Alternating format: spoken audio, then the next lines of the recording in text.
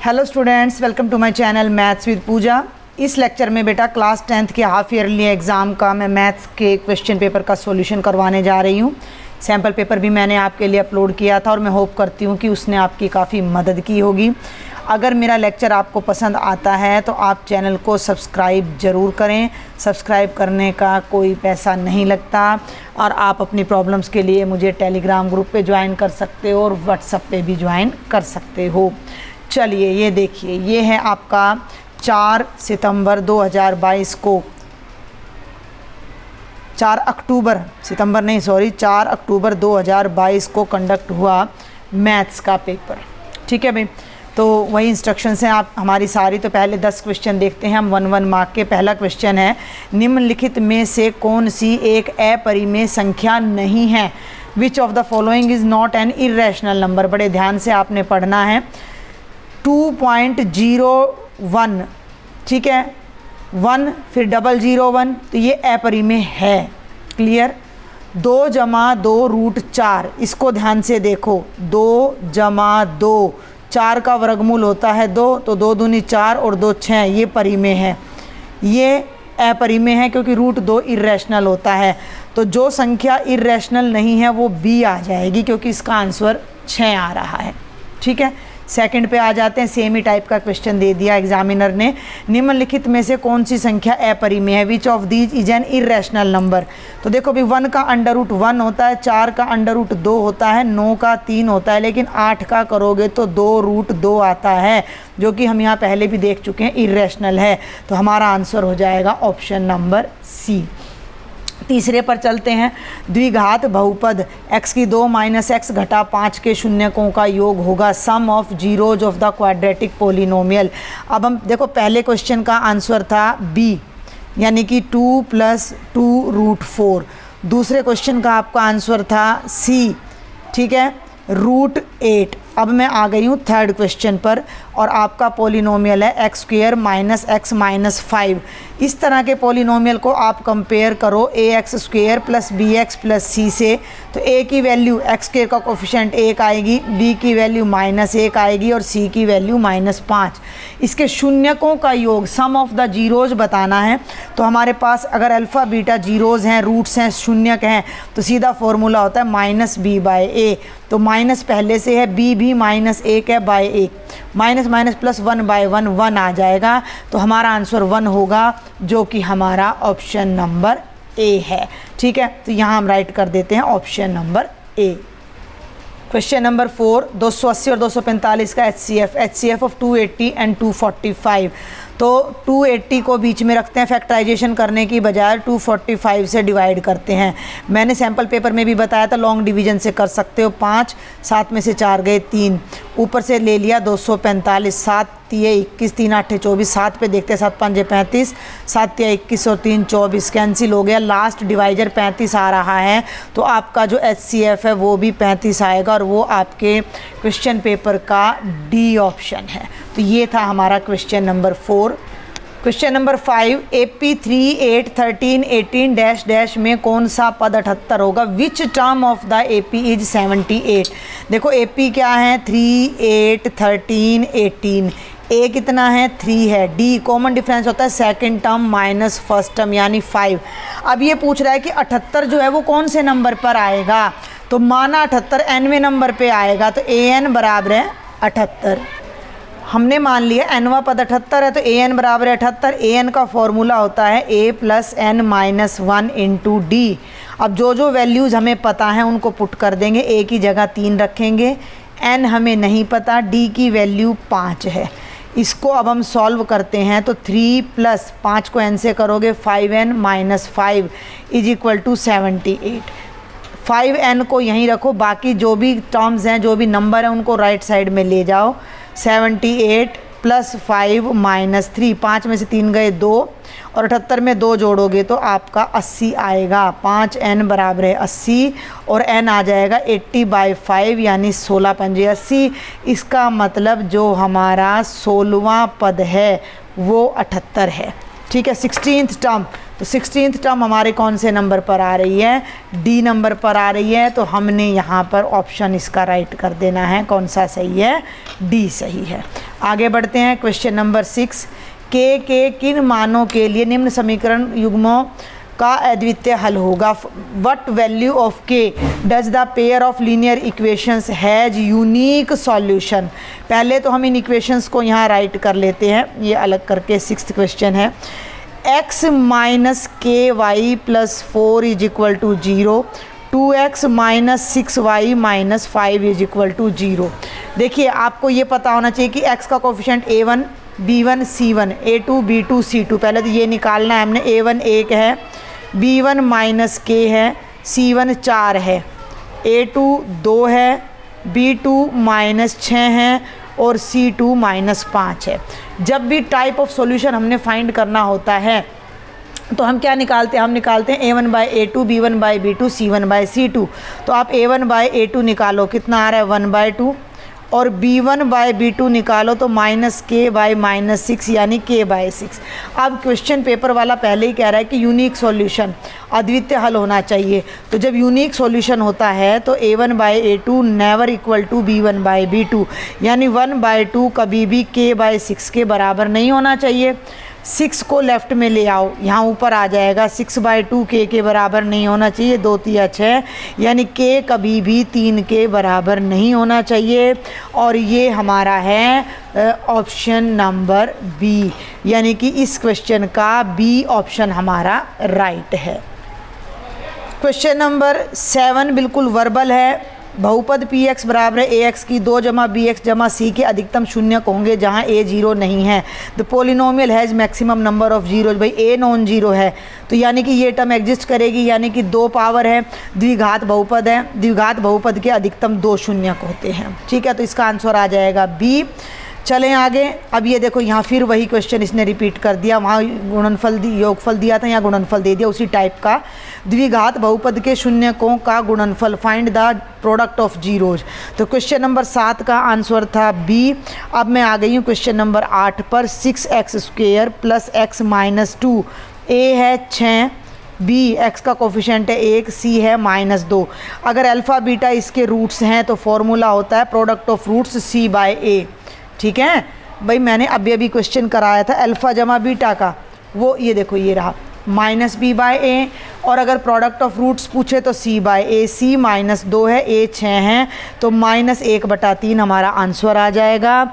और ये हमारा ऑप्शन नंबर c है। आप देख सकते हो 8th का ऑप्शन नंबर c है। आगे चलते हैं। 9th क्वेश्चन बहुत सिंपल, ऐसा मैंने सैम्पल पेपर में भी दिया था, मैंने 2 नंबर में दिया था। एक द्विघात बहुपद ज्ञात कीजिए जिसके शून्यकों का योगफल और गुणनफल क्रमशः 3 और 1 है। Find a quadratic polynomial whose sum and product of zeros is 3 and 1। Sum of zeros को एस लिखते हैं जो कि 3 है, प्रोडक्ट ऑफ जीरोज को पी लिखते हैं जो कि 1 है। ऐसे में हमारा क्वाड्रेटिक पोलिनोमियल बनता है x² minus sx plus p। s की वैल्यू रख दो 3 और p की रख दो 1, ये हमारा बहुपद बन जाएगा, क्वाड्रेटिक पोलिनोमियल बन जाएगा।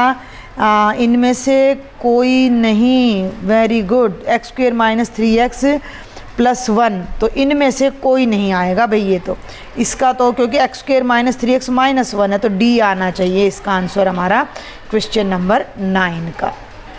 क्वेश्चन नंबर 10 हल करें। x जमा वाई बराबर है 14x घटा वाई बराबर है 4। सॉल्व करें। एलिमिनेशन मेथड से कर देते हैं, पहला ही क्वेश्चन है ये एलिमिनेशन वाले में। x माइनस वाई बराबर है 4, ऐड कर दो, y से y कटेगा, x में x जुड़ेगा 2x, 14 में 4 जुड़ेगा 18, 2 को यहाँ ले आओ, x की वैल्यू 18/2 यानी 9 हो जाएगी। x की वैल्यू को यहाँ पर वापस रख दो, 9 जमा वाई बराबर है 14, 9 राइट में चला जाएगा, 14 घटा 9 5, x 9 आ जाएगा और y 5 आ जाएगा। देखते हैं कौन सा ऑप्शन सही है, x 9 और y 5, option number C. Question number 11 बहुत ज़्यादा रिपीटिशन दे के 2nd, 3rd और 4th चैप्टर में से अनुपातों a1/a2 b1/b2 और c1/c2 की तुलना करने पर रैखिक समीकरणों के युग्म समांतर हैं, सही या गलत। On comparing the ratios the pair of linear equations are parallel, true और फॉल्स बताना है। तो a1/a2 सीधा ले रही हूँ मैं, a1 5 है, a2 -10 है, 5 एकम 5, 5 दूनी 10, -1/2।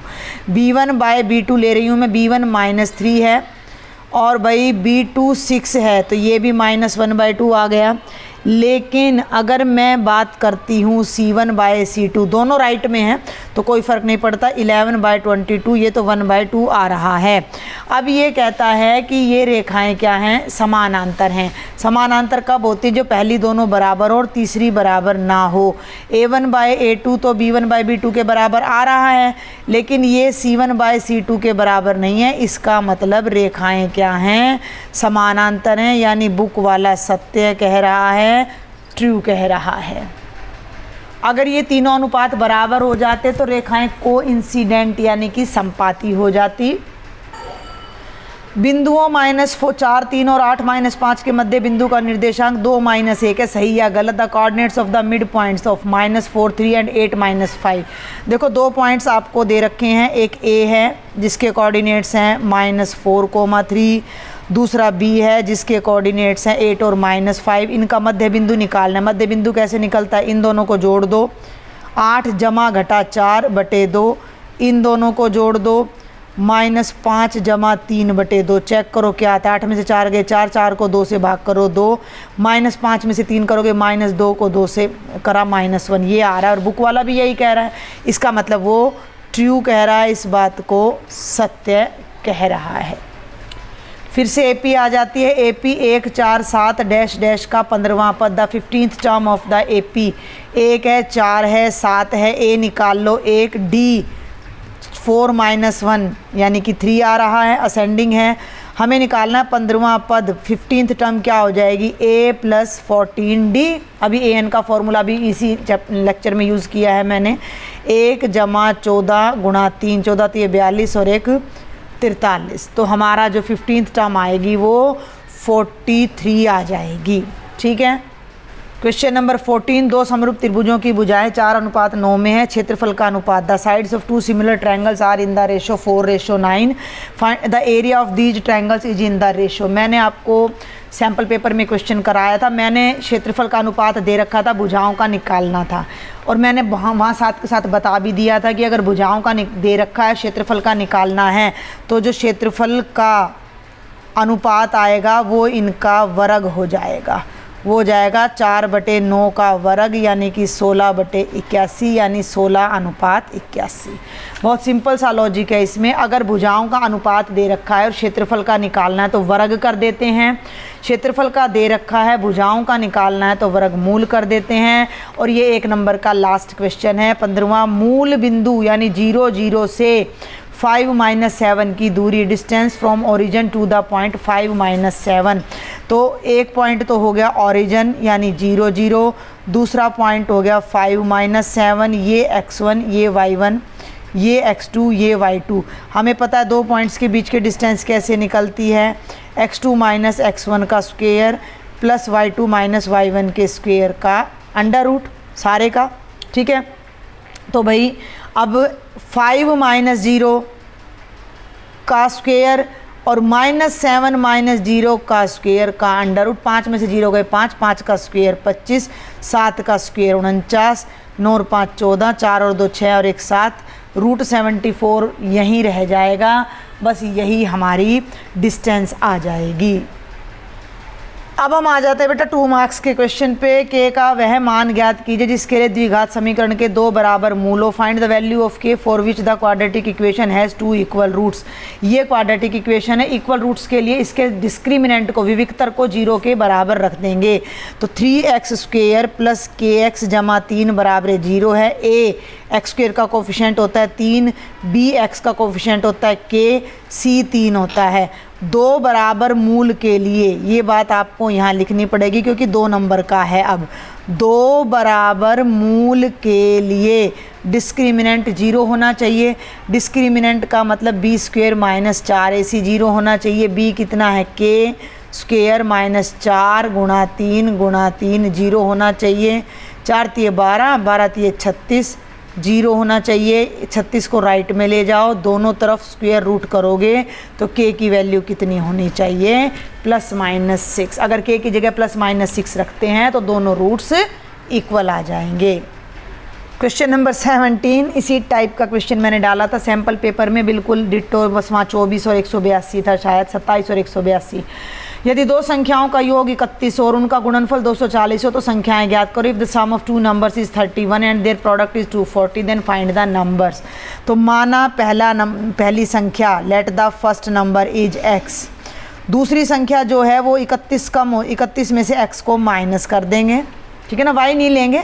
अगर हम एक को x लेते हैं दूसरे को y लेते हैं तो x प्लस वाई 31 आएगा, तो y की वैल्यू कितनी आ जाएगी 31 माइनस एक्स। तो मैंने डायरेक्ट 31 माइनस एक्स ले लिया। अब अकॉर्डिंग टू क्वेश्चन इन दोनों की जो प्रोडक्ट है वो 240 है, तो x into 31 minus x is equal to 240, brackets खोल लो। 31 माइनस नहीं 31x minus x square is equal to 240, सबको राइट में ले जाओ, 0, ये हो जाएगा x square minus 31x plus 240। इसको थोड़ा अरेंज करके दोबारा लिख लेते हैं क्वाड्रेटिक इक्वेशन को, x square minus 31x plus 240 is equal to 0। अब हमें 31 के ऐसे फैक्टर्स करने जिन्हें ऐड या सब्ट्रैक्ट करो तो 31 आए और मल्टीप्लाई करो तो 240। तो हम 240 के फैक्टर्स करते हैं।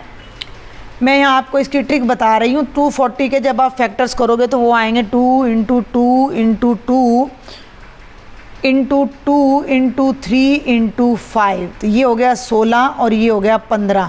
16 में 15 ऐड करोगे 31 आ रहा, इनकी प्रोडक्ट 240 आ रही है। तो हमारे जो फैक्टर्स बन रहे हैं 16x माइनस 15x, दोनों नेगेटिव हैं तो प्रोडक्ट पॉजिटिव आ ही जाएगी, ठीक है। तो 31 की जगह मैंने -16 और -15 राइट कर दिया। अब इन दोनों में से फर्स्ट 2 में से x कॉमन लो, तो x स्क्वायर में से x कॉमन लिया x, यहाँ से x कॉमन लिया 16, इन दोनों में से 15 कॉमन लिया तो यहाँ x माइनस प्लस माइनस 240 को 15 से भाग कर लेना, 16 आ जाएगा। इस टर्म में भी x माइनस 16 है और इसमें भी, दोनों में से x माइनस 16 कॉमन लो। इस टर्म में यहाँ x बचता है, इसमें 15 बचता है। तो या तो x माइनस 16 0 है या x माइनस 15 0 है। तो x की वैल्यू या तो 16 आएगी या 15 आएगी। जब x 16 है यानी कि x 16 होने का मतलब है, तो पहली संख्या बेटा हो जाएगी 16, अब ये ध्यान देना, और दूसरी संख्या हो जाएगी 31 माइनस 16 यानी कि 15। और जब x 15 है तो पहली संख्या हो जाएगी 15 और दूसरी संख्या हो जाएगी 31 माइनस 15 यानी कि 16। तो कुल मिलाकर जो दोनों संख्याएं हमारी आएंगी वो 15 और 16 आएंगी। तो ये है हमारा क्वेश्चन नंबर 17। अब हम सॉल्व करते हैं क्वेश्चन नंबर 18, ठीक है बेटा। यदि एक एपी का 11वां पद 38 और 16वां पद 73 है तो उसका 22वां पद ज्ञात करो। If in AP 11th term is 38 and 16th term is 73 then find 22nd term, ठीक है। तो सबसे पहले इस तरह के क्वेश्चन करने के लिए एपी की फर्स्ट टर्म और सार्वंतर हमें मानना पड़ेगा। माना दी गई एपी का पहला पद ए, माना, आप इंग्लिश मीडियम वाले स्टूडेंट्स लिखेंगे late the first term of AP is A and the common difference is D. माना सार्व अंतर बराबर है डी। और ये फॉर्मूला हम सबको पता है कि हम जानते हैं कि we know that nth term of AP is a plus n minus 1 into d, ठीक है। तो अब आपको क्या दिया गया है अकॉर्डिंग टू क्वेश्चन, 11वां पद 38 है और 16वां पद 73 है। 11वां पद 38 है, 11वां पद यहाँ 11 रखोगे, 11 में से 1 गया 10 आएगा, यानी कि a जमा 10 डी 38 हो गया। ये बन गई इक्वेशन नंबर 1। और 16वां पद 73 है, तो यहाँ 16 रखोगे तो a जमा 15 डी बराबर है 73। ये हो गई इक्वेशन नंबर 2। दोनों इक्वेशंस को सॉल्व करके हमें a और d की वैल्यू मिल जाएगी और उसके बाद हम बाकी जो भी पूछा जाता है उसको सॉल्व कर सकते हैं। तो इन दोनों को आपस में घटा लीजिए, यहीं पर कर देती हूँ मैं, सब्ट्रैक्ट कर देते हैं तो नीचे वाली टर्म्स के साइन चेंज हो जाएंगे। a से a cancel, 10 minus 15 minus 5 D, 13 में से 8 गए 5 और 6 में से 3 गए 3, माइनस माइनस से माइनस कैंसिल हो जाएगा। डी की वैल्यू 35/5 यानी 7 आ जाएगी। डी की वैल्यू 7 आ गई। तो अब हमें ए की वैल्यू निकालनी है, तो किसी भी एक इक्वेशन में डी की वैल्यू रख दो। डी बराबर है 7 को समीकरण नंबर 1 में रखने पर, तो a जमा 10 डी है ये है, तो डी की जगह मैंने 7 रख दिया, बराबर है 38। ठीक है, अब ये हो जाएगा a + 70 = 38। 70 को राइट में ले जाओ तो 38 - 70 माइनस का 32, ये d आ गया, ये a आ गया माइनस का 32। अब हमें करना क्या है, हमें उसी AP का 22वां पद ज्ञात करना है। मैं यहीं पर ज्ञात कर देती हूँ 22वां पद। तो जो 22nd टर्म होगी वो होगी a + 21d। a की वैल्यू कितनी आ रही है आपके सामने है -32। 21d की वैल्यू कितनी आ रही है 7, तो -32 7 एकम 7 7 दूनी 14, माइनस कर लीजिए। 7 में से 2 गया 5, 4 में से 3 गए 1 और 115 हमारा आंसर आ जाएगा कि AP का 22वां पद 115 है। अब हमारे आ जाते हैं 3 मार्क्स के क्वेश्चन नंबर 19। किसी AP के प्रथम 7 पदों का योग 49 है, प्रथम 17 पदों का योग 289 है, तो प्रथम पद का मान ज्ञात कीजिए। If in an AP the sum of first 7 terms is 49 and sum of first 17 terms is 289, find the first term.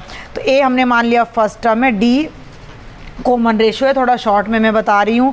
तो हमें n टर्म्स के सम का फॉर्मूला पता होता है n/2 × 2a + n - 1 × d। ठीक है, ये हमारा फॉर्मूला होता है। तो हमें जो कहा गया है कि पहले 7 पदों का योग 49 है, ध्यान से देखना। तो यहाँ पर ये वाला फॉर्मूला लगा दो, 7/2 × 2a, हमें a भी नहीं पता, + n - 1 × d = 49। इसको सिस्टम को सॉल्व कर लो। 2 को इधर ले जाओ मल्टीप्लाई में, 7 नीचे आ जाएगा डिवाइड में, 2a + n - 1 × d 49 × 2/7, 7 7 जा 49, और ये बन गया 2a + n - 1 × d। अरे एक गड़बड़ कर दी, 7th है ना, तो यहाँ 7 रखेंगे, 7 रखेंगे तो ये 7 - 1 यानी कि ये हो जाएगा 2a + 6d, और ये हो जाएगा 14। 2 2 2 तीनों में से कॉमन आ रहा है, तो a + 3d = 7। ये एक इक्वेशन हमारी बन जाती है। इसके बाद हमें कहा गया है कि 17 टर्म्स का सम 289 है। फॉर्मूला में पुट करो तो 17/2 2a + 17 - 1 × d = 289, क्रॉस मल्टीप्लाई कर लो, ये बनेगा 2a, 17 में से 1 गए 16d, और ये बनेगा 289 × 2/17। 17 से काटोगे 17 ही आएगा, 17 दूनी 34, 2 से मैं डायरेक्ट भाग कर रही हूँ तो ये बनेगा a + 8d, और 2 कट गया तो ये बन गया 17। ये हो गई इक्वेशन नंबर 2। दोनों इक्वेशन आमने सामने हैं। पहले मैं सेकंड वाली लिख लेती हूँ, a + 8d = 17। फिर मैं लिख लेती हूँ a + 3d = 7। दोनों को यहाँ कर देते हैं सब्ट्रैक्ट, तो ये माइनस, यहाँ भी माइनस है भाई ये, और ये माइनस कट जाएगा। 8 में से 3 गए 5, d और 17 में से 7 गए 10, d की वैल्यू 10/5 यानी कि 2 आ जाएगी। ठीक है, दिख रहा है आपको? हाँ बिल्कुल। अब d की वैल्यू को इक्वेशन नंबर 1 में पुट कर दो, तो a + 3 × 2 = 7, 3 दूनी 6 बराबर है 7, 6 को राइट में ले जाओ, 7 - 6 1 आ जाएगी। और यही हमने बताना था कि AP का प्रथम पद क्या है, तो वो 1 आ गया है। चलें आगे, अब हम करते हैं सॉल्व क्वेश्चन नंबर 20। बहुत ही सिंपल सा क्वेश्चन है। एक सीढ़ी किसी दीवार पर इस प्रकार टिकी हुई है कि इसका निचला सिरा दीवार से 2.5 मीटर की दूरी पर है और इसका ऊपरी सिरा भूमि से 6 मीटर की ऊंचाई पर बनी एक खिड़की तक पहुंचता है। सीढ़ी की लंबाई ज्ञात करो। देखो ये दीवार है। A ladder is placed against a wall such that its foot is at a distance of 2.5 metre from the wall। ये वॉल है AB, इसके साथ ये लैडर लगाई गई है BC, और इस लैडर का जो फुट है वो वॉल से कितनी दूर है CA, 2.5 metre and it's top reaches a window 6 metre above the ground. और सीढ़ी का जो ऊपरी भाग है वो एक विंडो पे जा रहा है जो ज़मीन से 6 मीटर की हाइट पर है। Find the length of ladder. बिल्कुल सिंपल सा क्वेश्चन है, आपको थोड़ी सी यहाँ डिटेल लिख देनी है। ए बी दीवार है जिसकी हाइट 6 मीटर है, बी सी हमारी लैडर है यानी कि सीढ़ी है, और सी ए सीढ़ी और दीवार के बीच की दूरी 2.5 मीटर है। आप देख सकते हो ये एक राइट एंगल ट्रायंगल है, तो ये आपने लिख देना क्योंकि दीवार बिल्कुल परपेंडिकुलर होती है भी फ्लोर पे। तो triangle A B C is a right angle triangle, यानी कि ये एक कैसा त्रिभुज है? समकोण त्रिभुज है। समकोण त्रिभुज की 2 भुजाएं पता हैं, तीसरी निकालनी है। एक बहुत ही साधारण सा नियम आपका जो 8वीं कक्षा से करते आ रहे हो, पाइथागोरस थ्योरम, पाइथागोरस प्रमेय से कर्ण का वर्ग बराबर है आधार का वर्ग जमा लंब का वर्ग, यानी कि hypotenuse square is equal to base square plus perpendicular square. कर्ण यानी सी डी है, बी सी का वर्ग बराबर है आधार कितना है? ए सी का वर्ग, और लंब कितना है? 6 का वर्ग। इसको हल कर लो, ये है 2.5 का स्क्वायर और 6 है 36 का, नहीं 6 का स्क्वायर 25 का होता है 625, तो 6.25 और 6 का हो जाएगा 36। 36 में 6.25 जोड़ोगे तो ये आएगा 42, 36 और 6 42, 42.25। BC का जो स्क्वायर आया वो 42.25 आ गया। दोनों तरफ जब आप अंडर रूट करोगे, आपको लॉन्ग डिवीजन से अंडर रूट निकालना आना चाहिए। तो ये बन जाएगा 6 6 36 और 12 में से 6 गए 6 दशमलव, और यहाँ 6 दूनी 12 और ये 5 पे चला जाएगा, 5 से गुणा कर लेना, ऑब्वियसली 625 आएगा। तो हमारा जो आंसर आएगा वो 6.5 मीटर आ जाएगा। ये हमारी लैडर की सीढ़ी की लंबाई आ गई। क्वेश्चन नंबर 21 बहुत सिंपल। उस त्रिभुज का क्षेत्रफल ज्ञात कीजिए जिसके शीर्ष बिंदुओं के निर्देशांक ये हैं। Find the area of a triangle. अगर मैं यहाँ ट्राइंगल बनाती हूँ ए बी सी, इसके वर्टिसेज हैं 1 -1 -4 6 -3 -5। तो ट्राइंगल के वर्टिसेज को हम नाम दे देते हैं x1 y1 x2 y2। तरीके से आप अपनी नोटबुक में कर लेना, मैं जस्ट हिंट दे रही हूँ। x1 y1 ये हो गया, x2 y2 और ये हो गया x3 y3। तो त्रिभुज का जो एरिया होता है, त्रिभुज ए बी सी का जो क्षेत्रफल आएगा उसका फॉर्मूला होता है 1/2 x1 into y2 minus y3 plus x2 into y3 minus y1 plus x3 into y1 minus y2। और इस सॉल्यूशन की जो पॉजिटिव वैल्यू आएगी वो हमारा एरिया हो जाएगा। तो x1 एक है, bracket y2 minus y3, y2 6 है, माइनस y3 माइनस 5 है, तो डबल माइनस लग के प्लस का हो जाएगा, प्लस x2। ध्यान दो भाई, x2 कितना है? -4 है, ब्रैकेट में y3 ले लो कितना है? -5 है, और माइनस y1 पहले ही माइनस है और एक माइनस फॉर्मूले में डबल हो गया।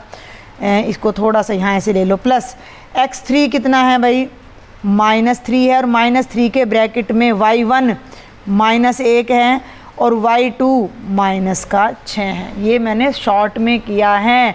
आप लिखोगे A B C is a triangle, vertices are A B C, फिर आप x1 की वैल्यू अलग लिखना, y1 की अलग, x2 की, y2 की और x3 की और y3 की। क्लियर है? फिर फॉर्मूला में पुट करना क्योंकि 3 नंबर का क्वेश्चन है।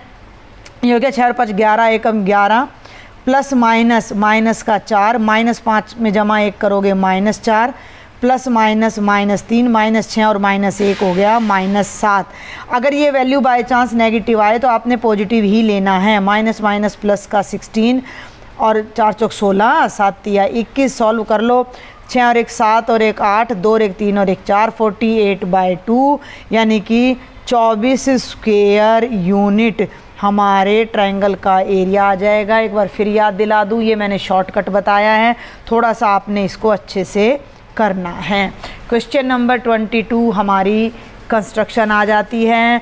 4 सेंटीमीटर त्रिज्या का एक वृत्त खींचिए, केंद्र से 10 सेंटीमीटर दूर एक बिंदु से वृत्त पर स्पर्श रेखा खींचिए और उनकी लंबाई मापिए। ये मैंने अपना प्रकार पेंसिल रेडी कर लिया है। स्टेटमेंट है 6 सेंटीमीटर त्रिज्या का एक वृत्त खींचो, तो हम यहाँ पर अपना ये रखती हूँ मैं 0 का डॉट लगाया और ये मैंने लगाया 6 का, और यहाँ से मेरी आदत है मैं ऐसी डॉट लगा कर लेती हूँ, इससे गलती नहीं होती है।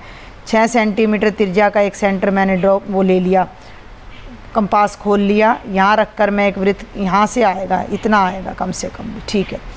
यहाँ रख कर मैं लाइन पर ही रख लेती हूँ ताकि गलती ना हो, और ये मैं एक सर्कल ड्रॉ कर रही हूँ। आपको थोड़ा ब्लर दिख रहा होगा, 1 मिनट की आप पेशेंस रखें, जैसे ही सर्कल ड्रॉ हो जाएगा आपको दिख जाएगा।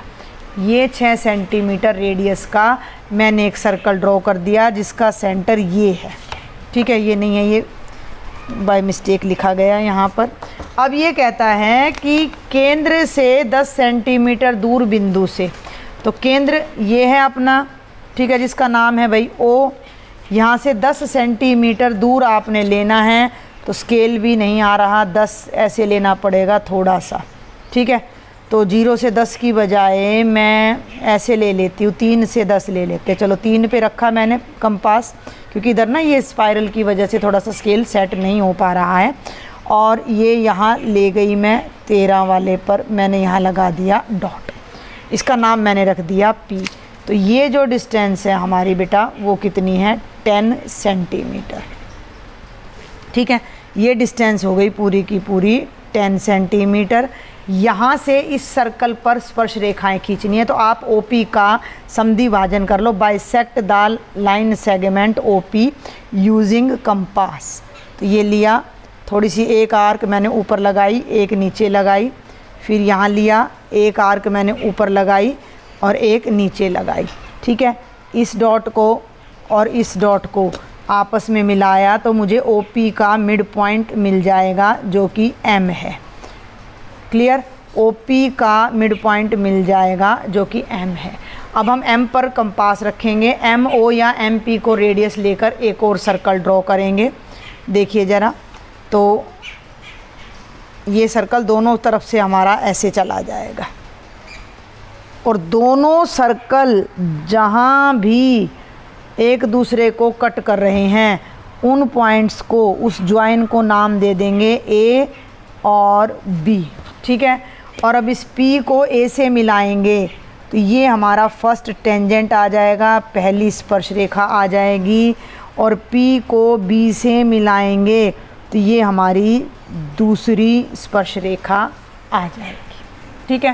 तो ये हमने करना था, और उनकी लंबाइयाँ मापनी है, तो इनकी लंबाई आप माप कर लिख दीजिएगा। मेरी आ रही है ये लगभग 7.56, 7 और 8 के बीच में आ रही है, 7.7 और 8 के बीच में, और इतनी ही, हाँ इतनी ही लंबाई इसकी आ रही है, ये 7.8 के आसपास, ठीक है। तो इनकी लंबाइयों को आप यहाँ लिख देना, PA = PB = 7.8 सेंटीमीटर।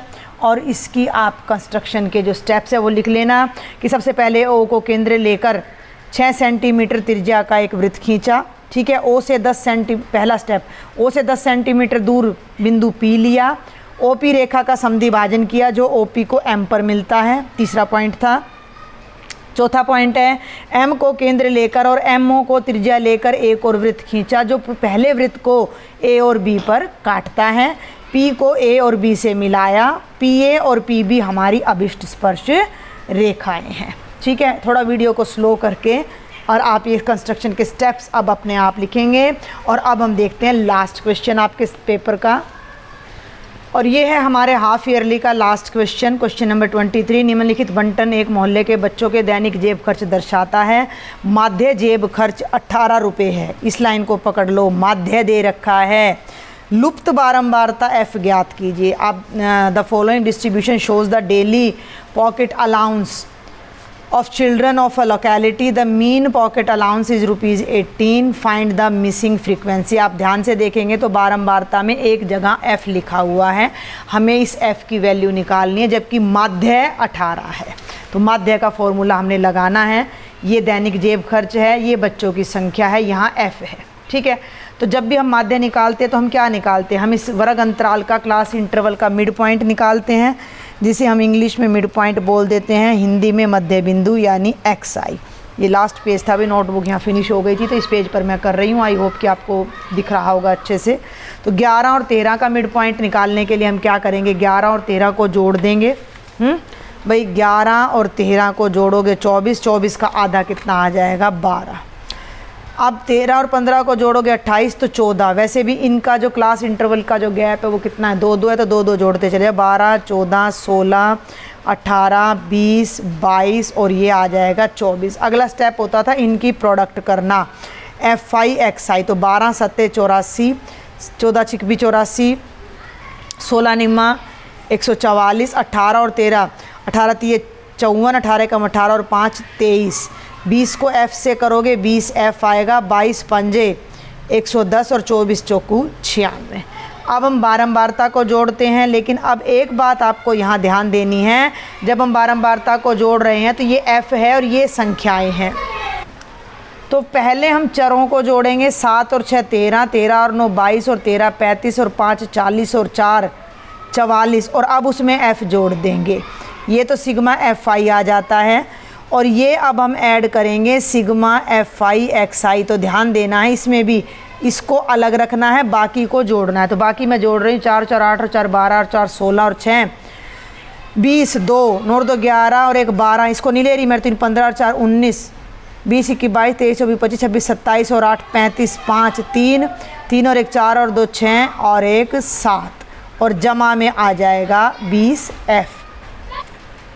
और ये 750 नहीं 752 आएगा, 4 चौक 16 और 6 22। ठीक है, तो ये आ गया हमारा FI XI और ये आ गया FI। अब हमारे पास फॉर्मूला क्या होता है माध्य का, माध्य बराबर होता है सिग्मा FI XI बटे सिग्मा FI। ठीक है, माध्य 18 दे रखा है, FI XI है 752 जमा 20 F और सिग्मा FI है 44 जमा F। क्रॉस मल्टीप्लाई कर दो, बहुत ही आसान सा क्वेश्चन है, ये इधर चला जाएगा। 18 ब्रैकेट 44 जमा F बराबर है 752 जमा 20 F। 18 चौक 72, 7 18 चौक 72 और 7 79 और 18 को F से करोगे 18 F बराबर है 752 जमा 20 F। 752 को इधर ले आओ, 18 को इधर ले जाओ, 792 घटा 752 और ये हो गया 20 F घटा 18 F। 792 में से 52 गए 40 बचेगा, 20 में से 18 गए 2 F बचेगा। 2 को इधर ले आओ, 40 बटे 2 बराबर है F। 40 को 2 से भाग करोगे तो F की वैल्यू 20 आ जाएगी। और ये था हमारा लास्ट क्वेश्चन। अगर आपको ये सॉल्यूशन समझ आया हो, पसंद आया हो, हेल्पफुल लगा हो तो चैनल को सब्सक्राइब ज़रूर करें। आगे आने वाले आपकी सेट की परीक्षा के लिए, फाइनल एग्ज़ाम के लिए सबकी तैयारी मैंने करवानी है। तो अगर आप सब्सक्राइब करोगे, बेल आइकन प्रेस करोगे तो मेरे लेक्चर्स आपको सबसे पहले मिल जाएंगे। Thank you.